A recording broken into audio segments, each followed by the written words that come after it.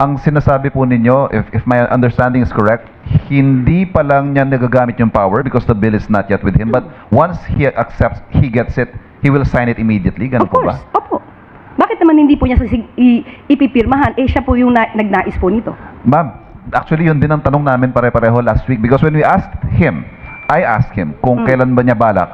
Ang sinasabi niya, it's a very complicated calculation and he is not going to rush into lowering or suspending excise taxes. Parang hindi ho yun nga po yung nakakapagtaka. Sinertify niya as urgent, but he is not in a hurry to exercise the powers. Okay. Nag-announce po ang LTFRB ng dagdag pasahe only to be suspended the following day by the President. What went into this decision, ma'am, at bakit umabot pa sa punto na i-announce ng LTFRB at babawiin din ng Pangulo kinabukasan? On another topic, Yusek, Rep. Levista claims you're demanding him to pay for the, quote, sleepless nights and anxiety you're having over his libel case against you. Any comment po? Plus, for ruining my integrity. Okay, 500 million, yes, 500 million damages. It is part of my compulsory counterclaim.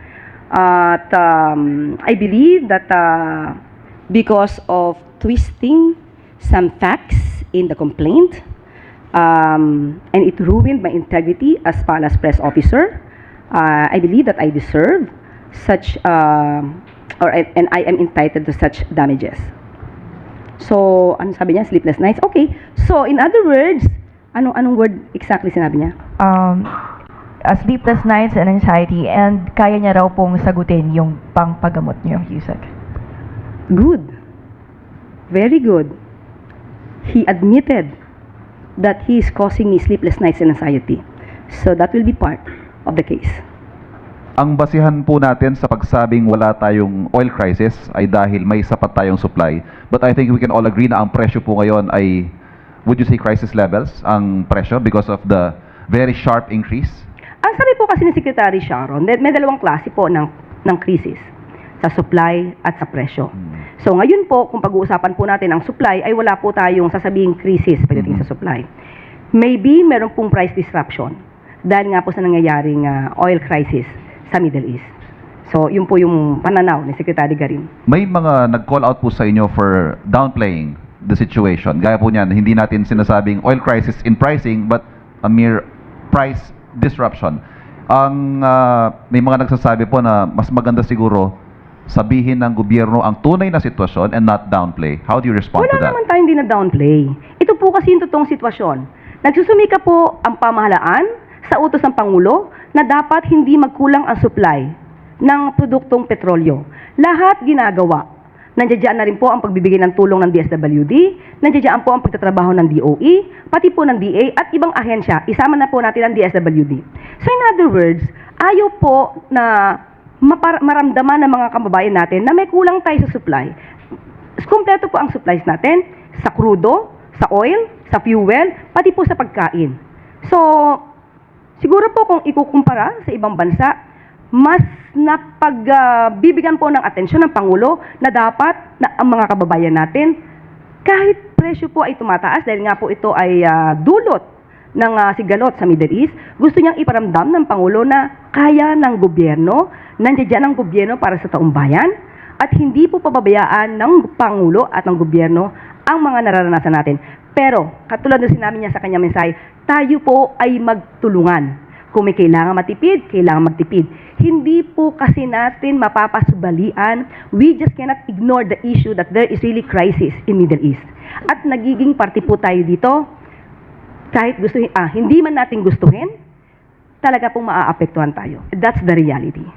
Yusek, speaking of prices, when does the President intend to use his emergency powers already granted to him by Congress to lower or suspend excise tax on petroleum products? Sa ating pong pagkakaalam ay hindi pa po yata na ibibigay. Sa aking pagkakaalam, ang update sa akin nung Sabado ay hinihintay po na maibigay sa Pangulo para mapirmahan. Sa akin pong huling pagkakaalam. Pero pag nandiyan na po yan, pipirmahan po agad ng Pangulo yan at lahat ng maaaring gawin at hindi lalabag sa batas at hindi lalabag mismo doon sa batas na sinusulong ngayon patungkol sa emergency powers, gagawin po yan ng Pangulo.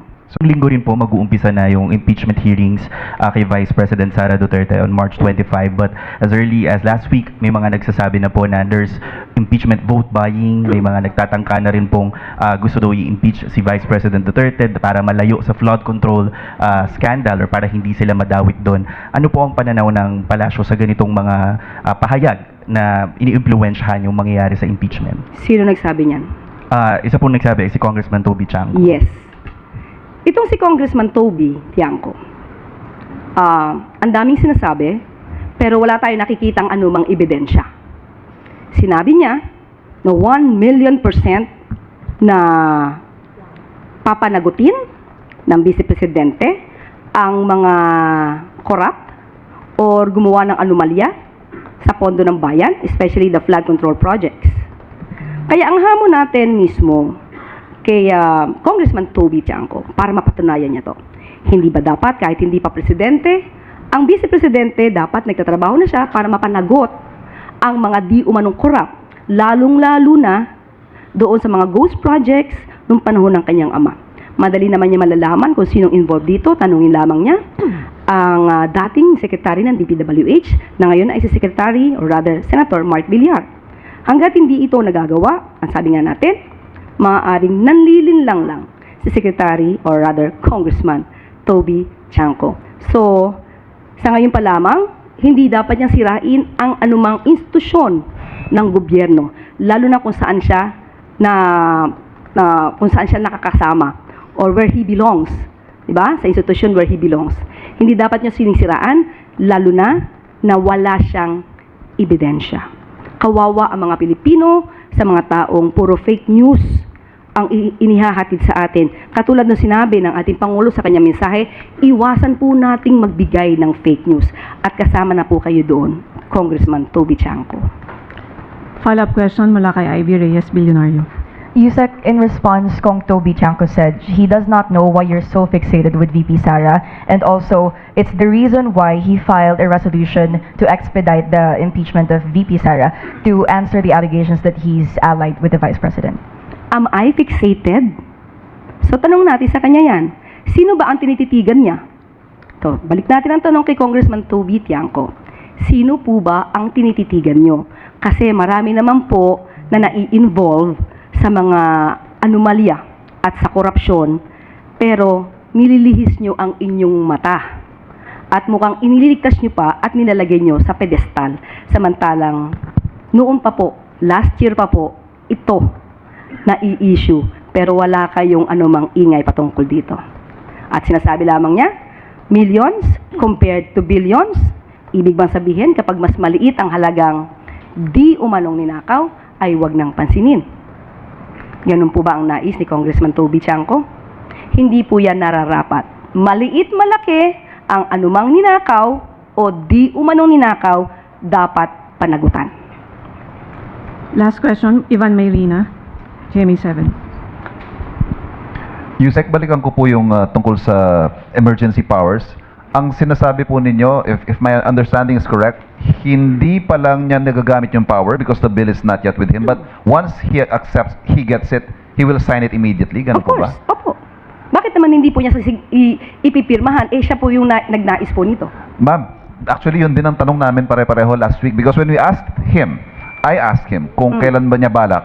Ang sinasabi niya, it's a very complicated calculation and he is not going to rush into lowering or suspending excise taxes. Parang hindi ho yun nga po yung nakakapagtaka. Sinertify niya as urgent, but he is not in a hurry to exercise the powers. Okay, magkaiba po yun. Iba po yung pipirma niya agad dahil gusto niya po itong batas na to, at iba po yung maaaring hindi niya agad ma-implement. Dahil tandaan po natin, nasa batas, doon sa ginawa po na bill, na kailangan na yung price ay mag-reach ng $80 per barrel sa loob ng 30 days. So as of the time na binanggit niyo yan, wala pa po kasing 30 days. So at the time, mahirapan po siya talagang i-implement.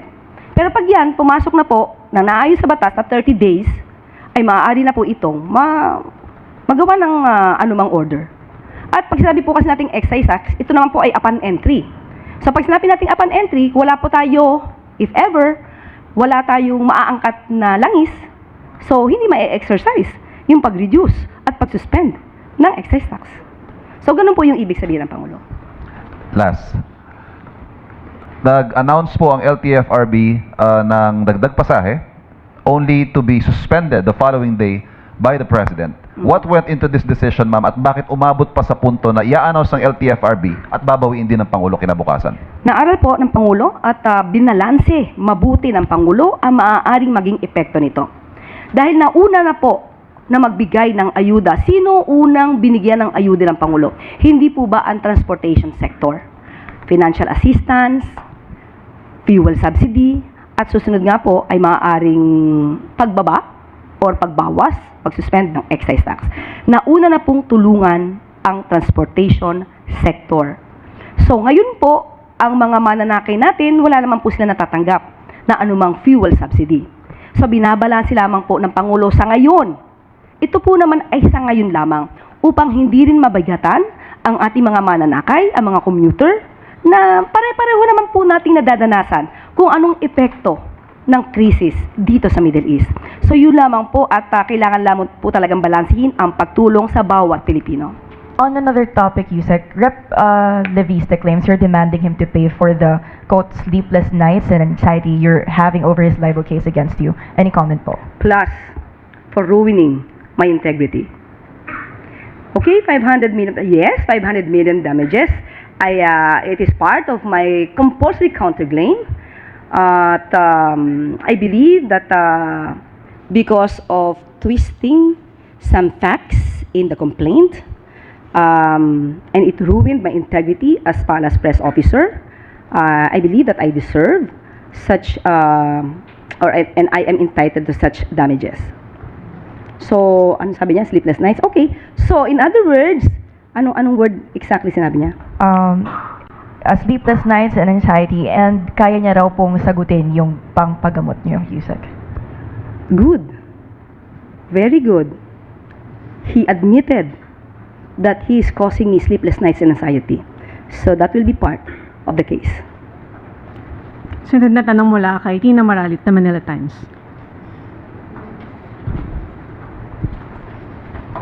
Good morning, Yusek. Yusek, hingin ko lang po yung reaction nyo sa sinabi kamakailan ni Senator Amy Marcos.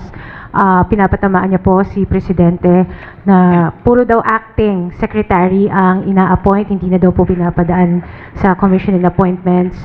Therefore, parang wala na daw pong silbi ang CA. Ano po ang komento niyo dito? Parang walang ano daw po? Parang wala na daw pong silbi ang CA dahil puro acting secretaries ang ina-appoint ng Presidente. Parang may nadinig pa po ako ibang word na ginamit niya. Modus operandi daw po. Okay. That's too harsh. Very harsh.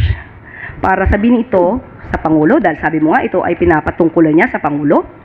At parang kay Pangulo lamang harsh si Senator Amy Marcos. At hindi natin ito nakikita sa ibang mga kaalyado niya na nasasangkot sa ibang mga di umanong paggawa ng anomalya.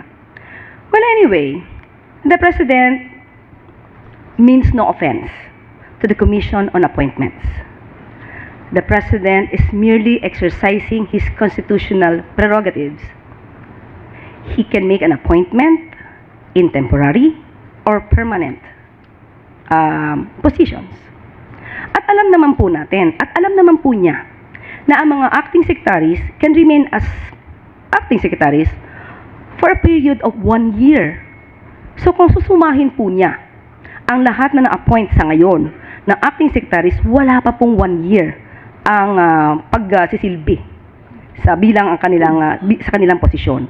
At the President naman will submit the appointments in due time.